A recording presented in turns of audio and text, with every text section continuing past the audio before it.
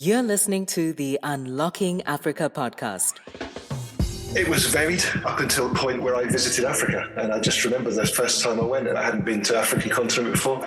And I just remember the airplane doors opening, and I just immediately thought, wow, this is different. I love this. And I think the main difference is we are the only Africa-focused trade organisation in Scotland. If you haven't been to Africa before, it can look a bit scary because you just don't know anything about it. But with the trade missions we've taken, you can see people being a bit nervous. 24 hours into it, they're absolutely embracing the experience, embracing the people they're meeting, literally, and getting to know the markets and making things actually happen. Stay tuned as we bring you inspiring people who are unlocking Africa's economic potential. You're listening to the Unlocking Africa podcast with your host, Tessa Adamu. Welcome to the Unlocking Africa podcast, where we find people who are doing amazing things to unlock Africa's economic potential. Today we have Frazer Lang, who is CEO at Scottish Africa Business Association, which is an organisation that helps deliver tangible commercial outputs which are beneficial to African countries, Scottish companies and institutions by making it easier for both sides to execute opportunities. Welcome to the podcast, Frazer. How are you? I'm very well, thank you, from a very cold Edinburgh. Thanks very much for having me. No problem. I'm calling from very cold Manchester, so. But fantastic. Obviously, it's great to have you on the podcast and looking forward to the conversation. Obviously, we've been in contact for quite a while, so I'm quite familiar with the work that Scottish Africa Business Association is doing and looking forward to the conversation. Before we get started, I was hoping you can give us a introduction into who Frazer Lang is. Yeah, sure. So, I'm based up in Edinburgh. I'm Scottish by birth, but as you can probably tell from the accent, grew up in England when my parents moved down when I was quite young, but back up here now, obviously. My career, I guess, has been... It was varied up until the point where I visited Africa. And I just remember the first time I went, and I'd travelled quite a lot around the world before, but hadn't been to the continent before, to the African continent before. And I just remember the airplane doors opening, and I just immediately thought, wow, this is different. I love this. And you go to Asia, you go to South America, and it's different, but it somehow feels a bit the same as well. But when I just remember that very first time, and still did, I've got goosebumps thinking about it, just thinking, I love this. This is fantastic. And from that point on, really, my objective was to work with Africa, in Africa, just be a part of what was going on there, and change my career. Ended up working for an organisation in London, which worked very closely with a lot of governments in Africa. And then from that, SABA. So that's kind of a bit of my background of how I got into it. So would you say that first visit to Africa was the inspiration behind SABA? No, that I think the first visit was just falling in love with the continent. And just, after that, there was a few more trips, very varied, different places. And then it was when I got back, I think probably after my third or fourth trip, I suddenly thought, this is an area I want to work in, however it is, whether it's in development, whether it's in commerce, whatever it is, I want to be involved. And it was just at that point being involved in Africa. And the position that I got was, it was an organisation in London. We worked very closely with the Foreign Office, and they would task us with bringing in governments from Africa to London. And we'd normally bring in President, Prime Minister, 5, 6 cabinet ministers, and we'd organise their bilateral meetings with UK government. And then we'd introduce some potential investors, and then we'd usually put on a big investor event, a big showcase while they were in town. But after sort of 3 or 4 years of doing that, every government that was coming to London was saying to me, or us as an organisation, look, it's great being in London, but actually, can you get us outside London? Because a lot of the expertise we want to speak to isn't necessarily here. And that was in sectors like sort of agriculture, education, skills training. At the time, oil and gas, renewables was just starting. And the real hubs of expertise were not in London. And the company I was with, they were a London-based company, didn't really have an interest in that. And I looked into it, and there wasn't really a mechanism coming from UK government either to get these delegates and delegations out to the rest of the country. So that's when the idea came. Did a bit of research, realised that a lot of what's going on in Scotland, a lot of what we're good at maps onto a lot of priority sectors across a lot of Africa. But there wasn't much trade, investment, knowledge sharing really going on between Scotland and Africa. So that was when the idea first came. And I took the plunge from that, really.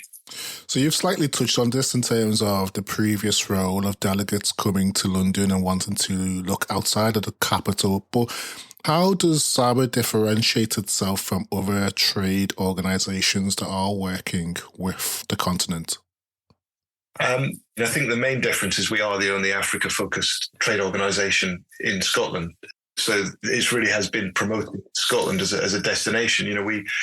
Shortly after we started the original organisation, which then morphed into SABA, we put on an event in Edinburgh called the African Heads of Mission, and we invited up 18 of the African ambassadors from London and high commissioners to come up for a week and meet companies, etc. And what really came out of that was that of those 18 ambassadors, all of them had Scotland as part of their remit, but only 2 of them had ever been to Scotland. Oh, so there wasn't a great understanding of what was going on in Scotland. But the flip side of that is Scottish government have pretty limited resources in terms of trade outreach, etc. And Africa isn't one of their priority countries. They tend to look at Europe and South Asia and the States as well.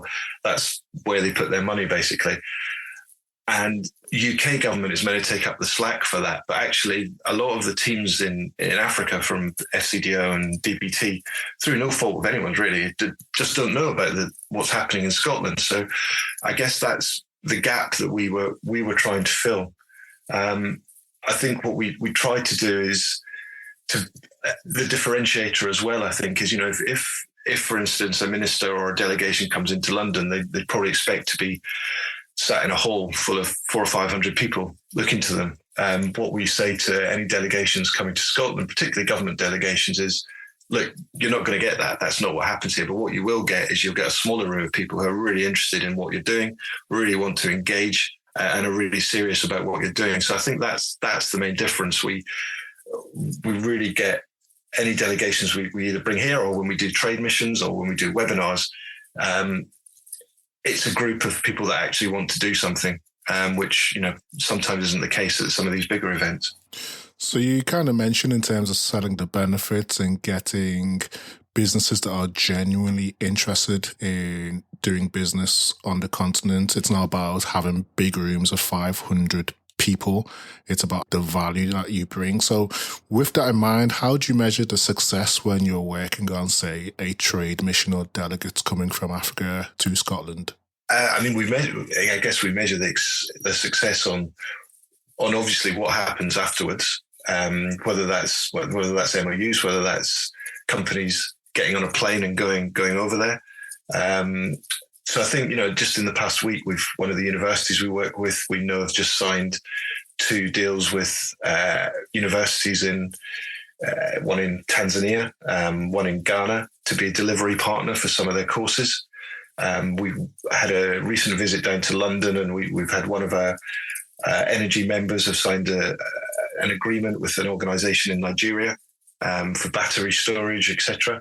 So that, being smaller, I guess, and having those more intimate meetings, we can actually measure the success of what's actually happening, which is great as well.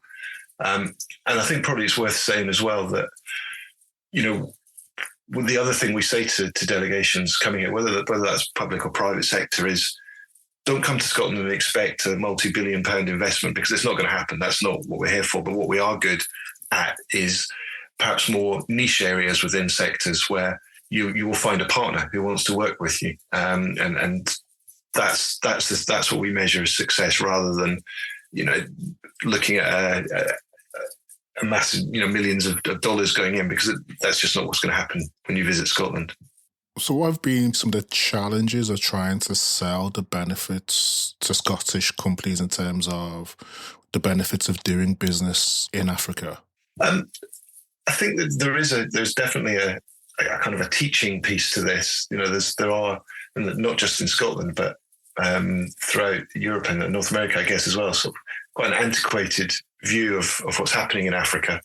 So there's a bit of a learning piece there, a teaching piece about, this is what's actually happening, and these are the companies, and these are the sectors that you should be looking at.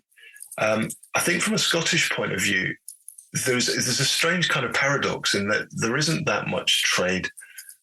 There hasn't traditionally been that much trade between Scotland and Africa, or investment.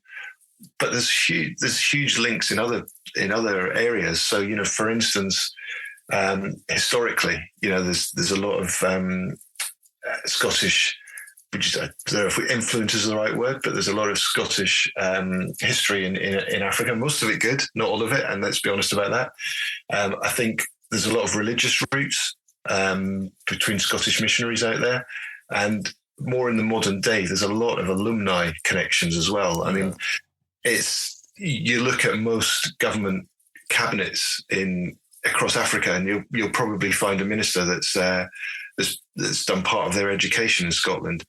You look at some of the big businesses, particularly in sectors like energy, and there'll be alumni in them as well. I was at a meeting yesterday, and it turns out in Zambia, something like 8 of the top 10 banks in Zambia, their CEOs were at university in Scotland. So there's these huge educational and alumni links that I think makes it easier. And I think the other point is, and I'm always a bit reticent to say this, but there's you don't want to sound Scottish tweed with shortbread and whiskey and everything, but I think that with those links, being a Scottish business, it does open doors across much of Africa that it might not if you were from somewhere else. So that initial meetings tend to be, I find, a lot easier. You move on from there. So you touched on the historical ties and the educational links or ties between Scotland and Africa, and also that despite that, trade remains relatively low. Why do you think that is? What could we potentially do to increase the trade flows between Scotland and Africa? I think it's just basically familiarization. When we do take companies on trade missions out there and they see it for themselves, suddenly Africa becomes a priority. I think traditionally the trade investment that has gone on between Scotland and Africa has been in the oil and gas sector. There's been Scots working in that for many years now. That's obviously in the new world changing slightly. That it's kind of changing in that it's not supported anymore by UK or Scottish government, but for the African governments, there's huge potential in that. So there's still work going on there, but then it's suddenly allowing companies to look at other sectors that they perhaps didn't traditionally look at in agriculture, particularly in kind of research and innovation in agriculture, in skills training and education. There's huge amounts of links there, and also renewable energy. I think 4 years ago, renewable energy was not something that was being particularly looked at, and so for Scottish companies, Africa was way down on the list. But now you're seeing some of the biggest projects in the world are happening in Africa now, and the supply chains that are needed there, and the skills training that's needed there. So these sectors are suddenly opening up. Interesting. So you touched on oil and gas, energy, agriculture as potentially promising sectors for Scottish businesses looking to expand. So from your experience and the work that you're doing, are there any examples of, say, a Scottish company that has successfully expanded into Africa with SABA's help? Yeah, there's a few within that, I guess, energy sector in its widest sense. One of our members, Norco, that's who have just signed the joint venture agreement in Nigeria. We've been having some really interesting discussions lately around aquaculture and seaweed. And particularly seaweed, we did a great webinar with Zanzibar. And what came out of it, and it was absolutely fantastic, was on one side, in Scotland, you had a lot of the research and development piece going on. In Zanzibar, you had the people actually growing it and knowing the conditions and how it works. So there was a great kind of synergy between that. And I know that we've had a couple of companies now that have been over there to look at partnerships and assigning MOUs, etc. So yeah, I think, away from the oil and gas, things are starting to move. In education and skills training in particular, another one of our members, City of Glasgow College, is looking at the minute, speaking in, I think it's Kenya, Ghana, Namibia, and Tanzania are working through contracts there at the moment to teacher training, for skills training, etc. Universities are looking for partnerships. I think the whole idea around education has changed very much. It's a partnership approach now, rather than going in and saying, we're a Scottish university, come and study with us. It's now about partnerships with local organisations and universities as well. So that's a real growth area. With that successful expansion, were there any common challenges that these Scottish businesses faced when trying to enter into specific African markets? I think there's some cultural differences that have to be explained a little bit. I think that we always emphasise that if you're going into a new market anywhere really on the continent, really try and get a local partner. And having a local partner is absolutely vital, in my opinion.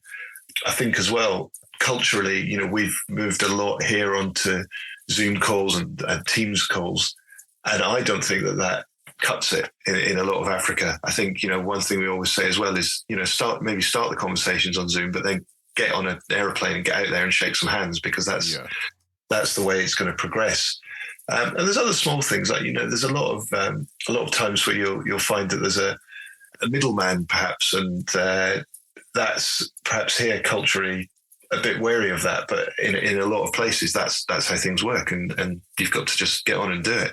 So I think a lot of those barriers are being broken down. And the other thing about visiting is, a lot of people's perceptions of what Africa looks like. Well, you go to Nairobi, or you go to Abidjan, or you go to Accra, or wherever, and you go to these cities, and you go to the central business districts, and you see these really modern, buzzing metropolises, and I think that blows quite a lot of people away. They're just not expecting it. So there's a few things, and again, it's about that kind of learning piece as well.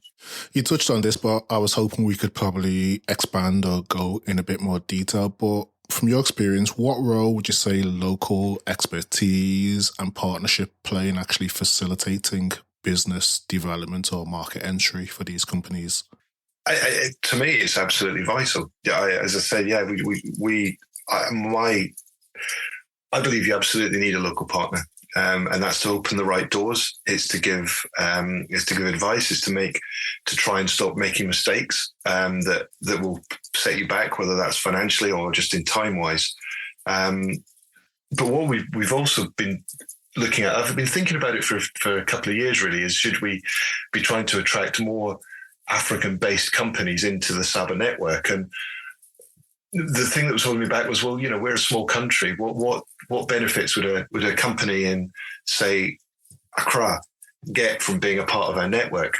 But we've kind of trialed it, and it's been absolutely fantastic. And it's both for Scottish companies looking to go into market. Well, here's someone that can help you, can hold your hand and do it.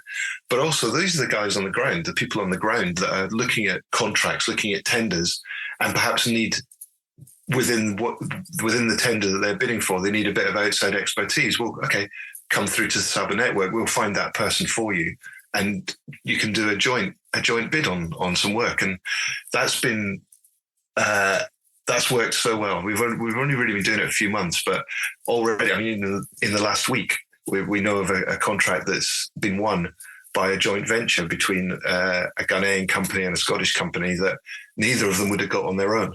So that's how important I think it is. Brilliant. I agree. So I guess in line with this, what would you say are some of the best practices you'd recommend to companies looking to build long-term relationships in Africa? As I say, find that local partner, but more importantly, get out there. Just get out there. It's not going to happen. And look, I get it, and maybe you do as well. I get it that if you haven't been to Africa before, it can look a bit scary because you just don't know anything about it. But with the trade missions we've taken, the first sort of 12 hours, you can see people being a bit nervous, not really sure what to expect, and then 24 hours into it, they're absolutely embracing the experience, embracing the people they're meeting, literally, and just really enjoying themselves and getting to know the markets and making things actually happen. So, yeah, I don't think there's anything much more important than just getting out there, really. I agree. I guess a lot of what we've discussed so far has been from a private sector perspective, but from the work you do, how important is government to government or business to government relationships? That's a really good question. I think African governments are a lot more open to meeting, to traveling, to having one-on-ones, to coming to round tables. They're much more open to it and they get the value of it.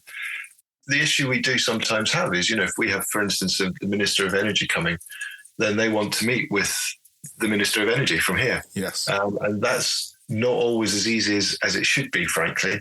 There are some changes taking place. And I'm not just talking in a Scottish perspective, I'm talking in a whole UK perspective. The other thing is, we're not talking about people coming and signing contracts. We're talking about people coming and shaking hands and just being respected. And I think it's hugely important. In fairness, it is something that's changing here. I think the Scottish Government are seeing the benefit of that. And in fact, I know they are. And they've reached out to us and said, if you've got these delegations coming in, please let us know. We do want to engage now. But it hasn't been that way up till now as much as it should have been. I guess government to government relationships are key to unlocking or more or less formalizing opportunities. So when we're looking at opportunities, in terms of SABA, what are some of the fast-growing industries in Africa that Scottish companies should probably keep an eye out for or engage with? I think agriculture is a big one for agriculture and aquaculture. And I say that from a point of view that it's the top priority for most governments across Africa.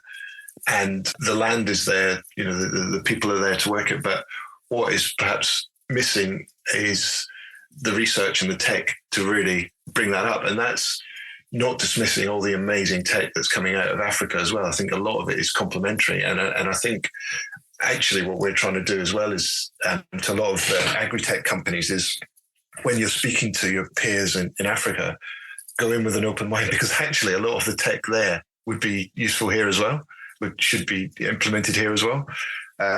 So that's one. I think renewable energy, to an extent, I think Scotland is focusing on hydrogen and offshore wind, which aren't massive yet across Africa.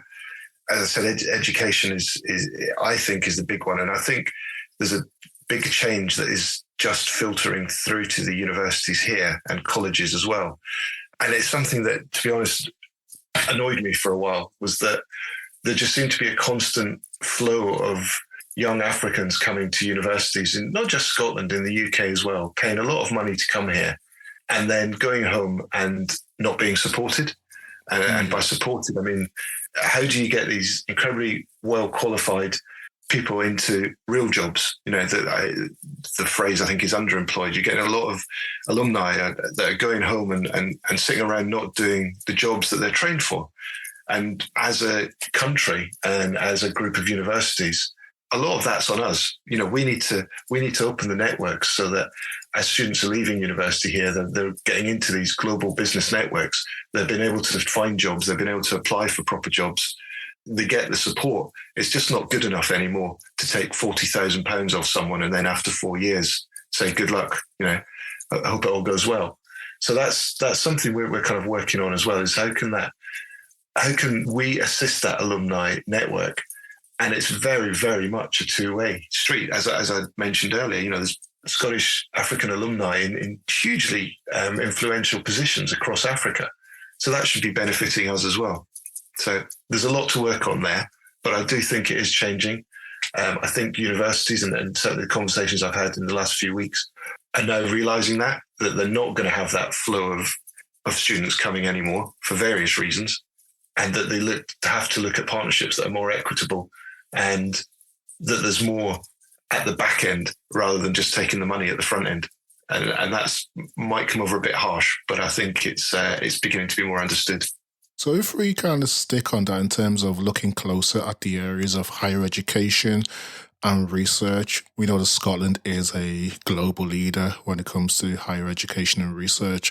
So how have you seen universities effectively collaborate with African institutions for some of that kind of exchange or kind of expansion of their services, businesses, whichever area? Yeah, well, I think that they're being led that way as much as anything by the fact that a lot of the big global funders, be that people like the World Bank or the African Union or UK government or anything like that, are kind of saying now, if you want this research funding, you need to find a local partner, and we're helping a lot of universities with that at the moment. So I think they're being led that way, but the consequence of being led that way is the realization that there's some really, really excellent researchers, really committed people in universities across Africa. I mean, an example of that is the Royal Society of Edinburgh. Recently, we helped them a bit on a project where they're trying to actually collate all the research partnerships that are currently going on between Scotland and universities in Africa. And it's actually a lot bigger than anyone realised to begin with, but then also looking at the areas where that can be improved. So it is something that's very much being looked at. And again, it's that kind of familiarization piece as well that, until you do it, you don't know. But it looks like universities now are much more open to looking at these research partnerships, are seeing the value in them, both from what comes out the other end, but also, financially as well. Let's be honest about it. But it is happening and it's growing. It's growing quite quickly. So that's definitely an area that we're going to be focusing on over the next 2 or 3 years is how can we assist to make those connections for research development. So are there any other trends outside of that you're currently seeing with regards to trade opportunities or activities between Africa and Scotland? One thing that we're seeing is aquaculture, fish farming. Again, a top priority for just about every government that we speak to in Africa. And that's really working with other associations in Scotland. That's something we're seeing a lot of growth in. The agriculture part, as I've already mentioned, we're working with an organisation called the James Hutton Institute. Now, this is a fantastic story, but they worked with a local organisation in Kenya. They developed 6 new potato varieties that were bred specifically for the Kenyan conditions, so soil conditions, altitude, heat, pests in the soil, etc. And they were getting in the field trials, they were getting something like 30 times the yield compared to the local varieties that had been around for years. So now they have found a partner within Kenya to grow these seeds and then distribute them to farmers. Innovation like that. And as I said earlier, it's kind of these kind of niche areas that we're really looking at and really interested in. Another example is, Namibia has such massive ambitions in hydrogen. So how can we, at this early stage, get Namibian organisations and Scottish organisations talking about hydrogen? The other thing in Namibia is obviously they've got this absolutely enormous oil and gas deposit that is coming out of the ground, and that's a separate conversation. But as they see it, and frankly, as I see it as well, is going to be part of their financial security over the next few years.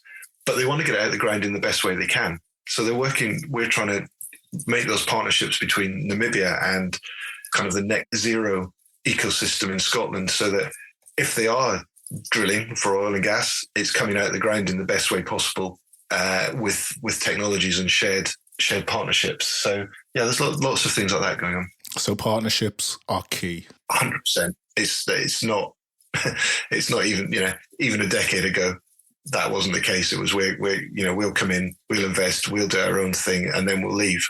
No, that's not it anymore. You can't do that. If you want to be successful, it's about partnerships. Fantastic. So looking ahead, what is your vision for Scotland-Africa trade relations? Where do you see it in 5 years' time? That's a very good question. Where do I see it? I think in 5 years' time, I'd like it to be more equitable. So I'd like companies to be looking at it from the get-go as a partnership. I can see in the areas we've discussed where there's, there can be new and long-lasting partnerships. I think there is a realization in Scotland in other things like consumer goods that there is this massive growing young population in Africa that isn't the stereotype that you might have had 10 years ago. and that there's opportunities to sell goods, there as well. What I want to see as well, and what we've been working on a bit, is there's all these incredible young, dynamic companies in Africa who, are then looking for a foothold to move into other parts of the world. Well, why can't they come to Scotland and set up a European base in Scotland? And particularly that alumni group, why can't they come here and use the networks we've got here? That's what I'd really love to see, is that trade growing, but also growing in both directions, not just in one direction. Looking closer to home, where do you see SABA in the next 5 years? What role will you be playing in all of this? What I said earlier about, getting more involved with the private sector across Africa and being able to make those connections. I'd love us to be a kind of an organization where someone sitting in Nairobi who needs a partner can phone us and say, we need this kind of partner. Can you put us in touch? And we do that. That would be fantastic for me. I think we want to do more of the trade missions we're doing. We want to get people out there to see where it is. And I guess, we want to be the organisation. We want to be the go-to organisation in Scotland for any company that's even considering looking at Africa, and to be able to show what a fantastic place it is to do business. And, there are risks. Of course there's risks. Are they a bit more than elsewhere in the world? Well, actually, yeah, they probably are. But what do you get back? You get back an awful lot more than you do in other places in the world. And I mean that both financially, but I mean that also as, as a human being. You get a lot more from working in Africa. Quote of the week. Last question, Frazer. Different to the rest of the other questions. It's, as people, we often have, say, mantras, quotes, proverbs, affirmations that we live by when times are challenging or when times are good. Do you have one that you can share with us today? Oh, no. Most of the ones that I know are... we're very good in Scotland at laughing at ourselves. And one of the first question whenever we speak to someone from across Africa is how's the weather? Is it really cold? And, we've had delegations come in here and, walk out of the airport and just eyes wide open, can't believe in quite what the weather is. So the one I love is, and I always tell to people when I first meet them here is, if you don't like the weather in Scotland, just wait 5 minutes because it changes all the time. Very true. Some days you can get 4 seasons in a day. Yeah, exactly. So, yeah, I'm sorry it's not more intellectual than that, but it's one that amuses me and it's one that really breaks the ice when people come here. No, I like it. So we've come to the end of today's conversation. It's been a great conversation. Obviously, you guys are doing some fantastic work. You've been around for a while, which says a lot. It's been an absolute pleasure having you on the podcast today, Frazer. Thank you for sharing the opportunities and some of the challenges of trying to strengthen trade between Scotland and Africa. I'm looking forward to seeing some of the exciting collaborations that come forward or emerge in the near future. And thanks to you. And thanks for having me on. I really appreciate it. And, as I think I've said to you before, I'm just sometimes in awe of what you do, and you get on with it and you do it, and it's you're doing some great stuff as well. So thanks for having me on. Thank you a lot. And we will speak soon. Great. Thank you to everyone who has listened and stayed tuned to the podcast. If you've enjoyed this episode, please subscribe, share, or tell a friend about it. You can also rate, review us in Apple Podcasts or wherever you download your podcast. Thank you, and see you next week for the Unlocking Africa podcast.